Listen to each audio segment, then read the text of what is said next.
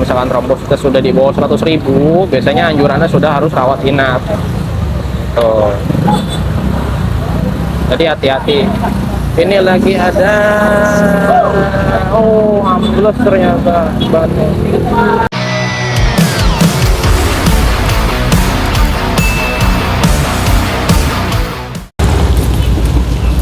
Halo, assalamualaikum, selamat malam teman-teman. Balik lagi bareng gue Aldi di Daily Motovlog. Akhirnya balik lagi motovlog setelah 3 hari off dulu karena anakku kemarin dirawat.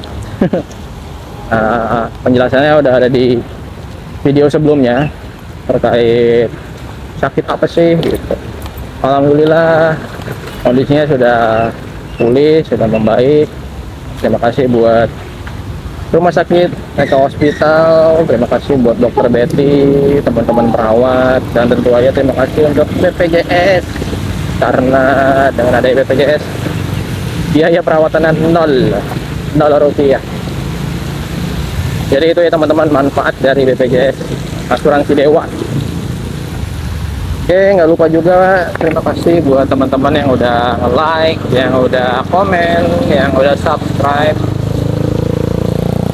Terima kasih berkat dukungan kalian, gue tetap semangat buat bikin konten ya.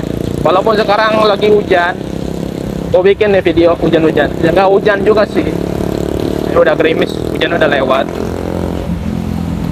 Nah sekarang posisinya baru pulang dari praktek. Karena video yang sebelumnya ngebahas soal anak gue terkait dehidrasi ya, karena muntah dan diare. Dan ini mungkin akan berkaitan juga dengan cuaca hari ini ya, yang tadinya panas terus ke hujan gitu. Cuaca pancaroba gitu ya. Jadi hubungan penyakit tropik infeksi khususnya untuk yang cuaca-cuaca kayak gini yaitu demam berdarah ya. Hati-hati, karena kenapa? Karena dengan ada cuacanya seperti ini kan akan banyak air yang menggenang. Nah, air menggenang itu kan bersih rata-rata kan. Nah, air menggenang yang bersih itu jadi tempat yang paling baik untuk nyamuk Aedes aegypti untuk hinggap atau untuk bertelur gitu. Nah, nyamuk Aedes aegypti ini adalah vektor. Nah, vektor tuh si pembawa. Artinya nyamuk sendiri itu bukan penyebab dari demam berdarahnya ya. Demam berdarahnya sendiri itu dari virus Den. Jadi virus Den ini juga terbagi 4 tipe ya, Den 1, Den 2, Den 3, dan Den 4. Tapi kita nggak akan bahas sejauh itu. Tapi intinya DBD itu adalah virus. Nah, si pembawa virus itu adalah si nyamuk Aedes aegypti. Nah, si nyamuk ini tuh jam operasionalnya, anjir. Jam operasionalnya tuh dia office hour ya. Iya, office hour. Dia tuh akan muncul di pagi hari, siang hari, atau sore menjelang ke malam. Itu jamnya dia beraktivitas tuh. Jadi bukan jam-jam malam, beda. Kalau jam-jam malam tuh nyamuk kebon. Jadi nyamuk Aedes aegypti ini dia akan beraktivitas tuh di pagi hari dan menjelang sore ya. Jadi teman-teman hati-hati. Makanya kenapa tuh rata-rata banyak anak-anak yang kena tuh, karena ya itu jam-jam sekolah ya. Tuh hati-hati. Nah, gejalanya seperti apa sih? Gejalanya tentu aja tuh demam. Demam bisa 5 hari sampai 1 minggu ya. Dan demamnya ini berfase. Ada fasenya. Jadi di hari pertama sampai hari ketiga tuh biasanya dia demam tinggi. Di hari keempat, di hari kelima demamnya akan turun. Dan di hari ke-6 sampai di hari ke-7 dia akan naik lagi. Jadi gambarannya kayak pelana kuda tuh, kayak tempat dulu kuda. Jadi teman-teman harus waspada sama demam yang seperti ini karena berbahaya untuk demam berdarah. Karena bentar. Ya. Baik lagi, utamakan ambulan di perjalanan karena seperti yang gue bilang di video sebelumnya, ada yang sedang bertaruh nyawa di sana, ada sedang berjuang untuk satu kehidupan. Ini banyak banget truk-truknya.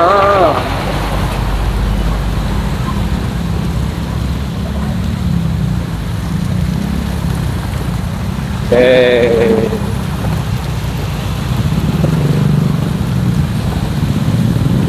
Baik lagi.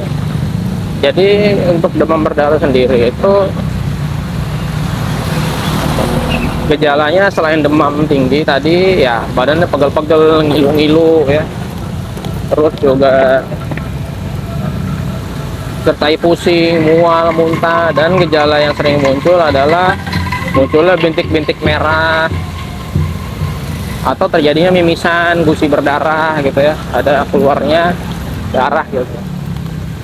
Nah, bintik-bintik merah itu adalah gejala khas tuh karena terjadi bilangnya gimana ya, jadi pembuluh darahnya itu terjadi permeabilitas kapilernya itu melebar. Jadi pembuluh darah itu rongga-rongganya, celah-celahnya melebar sehingga si darah itu rembes dari pembuluh darahnya akibat peradangan dari si virus. Tuh. Makanya suka muncul bintik-bintik merah atau badannya muncul belang-belang merah. Kalau julukannya tuh ini apa? Red Island on the White Sea. Jadi kulit yang putih tuh banyak ceplok-ceplok kayak pulau-pulau merah-merah gitu. Nah, itu tuh terjadi petekiye. Nah, biasanya gejala-gejala itu muncul di hari ketiga, hari keempat gitu. Nah, hati-hati untuk yang punya gejala seperti itu di hari keempat dan kelima itu biasanya demam turun, orang kira sembuh, ternyata begitu hari kelima, hari ke-6 ke-7 langsung demam tinggi. Dan biasanya dibantu sama pemeriksaan lab darah. Biasanya lab darahnya gambarannya leukositnya turun. Kalau infeksi bakteri leukosit itu naik, tapi kalau virus itu dia leukositnya turun, leukopenia. Terus juga disertai sama penurunan trombosit. Trombosit itu kan nilai normalnya di 150 sampai 450. Nah, kalau untuk demam berdarah dia biasanya di bawah 150 sampai 100 patokannya. Kalau masih di atas 100 masih bisa rawat jalan, nggak perlu dirawat inap. Tapi kalau misalkan trombositnya sudah di bawah 100.000, biasanya anjurannya sudah harus rawat inap. Tuh. Jadi hati-hati. Ini lagi ada, oh ambles ternyata. Waduh. Hati-hati ya guys. Ini di daerah Bekasi, Pondok ini. Truknya ambles. Ini berarti ini tadi sore kayaknya chaos banget nih, nggak tertangani, macet total. Jadi selalu update info jalanan sebelum pergian. Bisa cek di IG-nya Info Bekasi juga. Akhir-akhir ini dia juga suka update jalan-jalan motovlog. Balik lagi ke demam berdarah, tadi udah gejala, terus gejala fisiknya seperti itu, keluhannya ya, demam, mimisan, gusi berdarah, terus pemeriksaan laboratorium ternyata ada peningkatan dari hematokrit. Hematokrit itu berhubungan sama kekentalan darah, terus penurunan dari sel darah putih dan penurunan dari trombosit. Nah, biasanya kalau yang pertimbangan seperti itu udah turun di bawah 100.000, beda anjurannya untuk dirawat. Cuma kalau masih di kisaran 100.000 sampai 150.000, biasanya disuruh cek ulang 3 hari sekali ke klinik terdekat. Untuk penanganannya seperti apa? Kalau penanganannya sendiri, ya gejalanya simptomatis saja atau sesuai sama gejala. Biasanya minum obat pereda nyeri ya, obat panas, gitu. Diminum kalau keluhan panas aja. Ada keluhan mual muntah, bisa minum obat lambung dan obat mual, dan tentu aja banyak minum air putih. Sebenarnya nggak ada pantangan kalau infeksi virus, karena infeksi virus pada dasarnya akan sembuh sendiri. Cuma yang harus dievaluasi nilai-nilai tersebut. Khawatir kalau trombositnya terlalu rendah sampai angkanya udah di bawah 50.000, hati-hati, takutnya bisa ke arah dengue shock syndrome atau gejala shock. Kalau misalkan kekurangan cairan, karena kan rembes tuh pembuluh darah, cairannya rembes semua tuh. Akibat si pembuluh darahnya, kapilernya melebar, permeabilitas kapilernya melebar, jadi rembes-rembes semua tuh. jadi bisa kekurangan cairan, jadi hati-hati. Wow, habis hujan jadi banyak genangan. Oh, teman-teman juga harus ini ya, sadar diri juga karena hujan ya, kena cepretan tuh resiko, jadi jangan ngomel. Cuma kita yang ngendalain juga tahu diri juga, mentang-mentang pakai jas hujan main hantam jalanan juga kasihan juga yang nggak pakai jas hujan. Tetap mawas diri lah sewajarnya aja. Nah, ya, kalau cipratan dari spakbor belakang ya udahlah, mundur lah, jaga jarak. Cuma kayak gini, nah hantam gitu jangan. Penting teman-teman itu terkait demam berdarah ya. Kalau demam berdarah itu udah endemis di Indo, artinya ya udah emang rumahnya tropis. Jadi penanganan untuk pencegahannya ya dari zaman dulu yaitu 3M: mengubur, menguras, dan menyusut. Mengubur barang-barang bekas, atau ya udahlah kalau punya barang-barang bekas diloakin aja, nggak usah disimpan-simpan. Mengubur, menguras bak mandi ya, jadi harus rutin kalau gampang udah kotor gitu. Biasa sih ada yang pakai obat abate gitu ya, obat zaman dulu banget tuh buat bak mandi.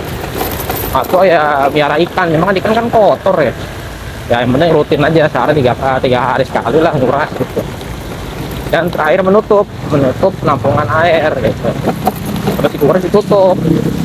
Kalau emang punya bak ember ya ada airnya ya udah dikuras ditutup embernya gitu.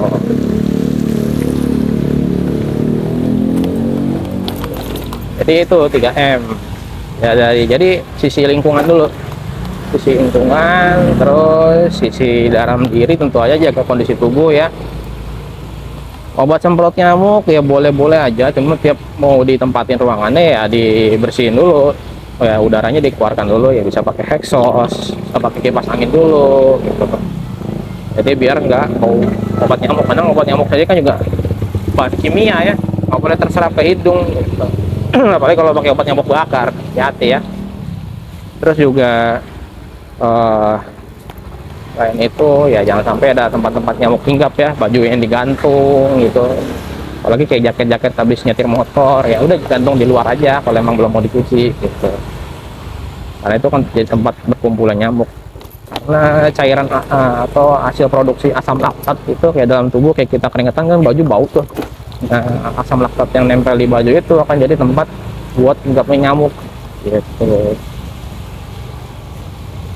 Nah terus itu sisi dari kita bersih-bersih ya, terus ya jaga diri, kondisi fisik jangan lupa ya, jangan cepet kecapean, minum multivitamin. Kalau hujan sedia jas hujan, sedia celana dalam, celana, baju ganti semua dibawa deh, taruh di motor boleh, taruh di tas boleh ya, satu aja buat kondisi kalau kehujanan kan bisa ganti baju dulu di kantor, tempat kerja kalian, atau di jalan gitu, jadi biar nggak dingin, nggak masuk angin.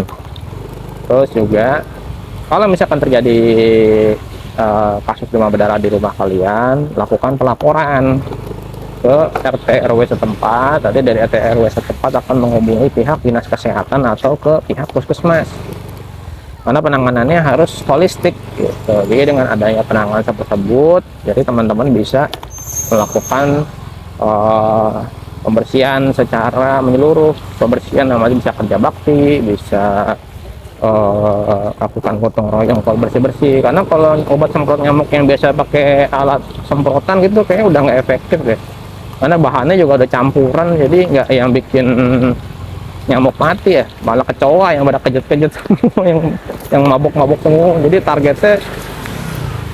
targetnya nggak tepat gitu. Kalau menurut gue sih obat-obat semprot gitu lagi udah nggak bener gitu. Jadi tetap ya harus lakukan pelaporan, karena itu kan akan mengakibatkan wabah demam berdarah. Karena kalau nyamuk udah hujan terus, karena kalau nyamuk udah wabah di satu rumah, nyamuk itu akan membawa virusnya. Nah virusnya itu nempel di ujung mulutnya, dan dia akan masuk ke reproduksi bertelur di dalam ini tuh, di dalam perut nyamuknya gitu. Jadi di situ awal mulanya demam berdarah tuh karena itu. Jadi nyamuk yang udah bawa virus demam berdarah itu akan menggigit orang. Itu awal mula demam berdarah. Gitu. Mungkin itu dulu sekian dari gue video kali ini. Waduh, tutup jalannya. Ya ampun. Ya udah deh, lanjut lagi. Jadi kalau untuk demam berdarah seperti itu. Mungkin next video kita bahas yang lain kali ya. Penyakit infeksi. Ini musim-musim kayak gini nih.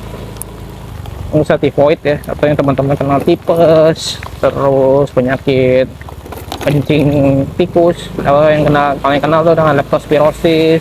Itu khas banget tuh kalau banjir tuh. Ntar ya kita bahas, bisa next video kita obrolin.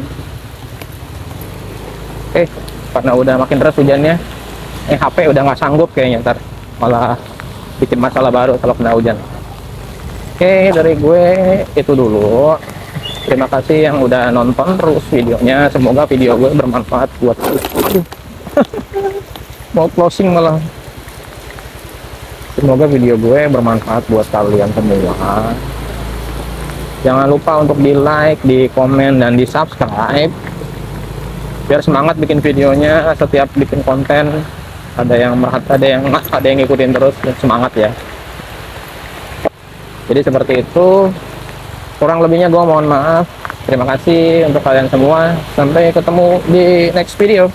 Dadah, assalamualaikum.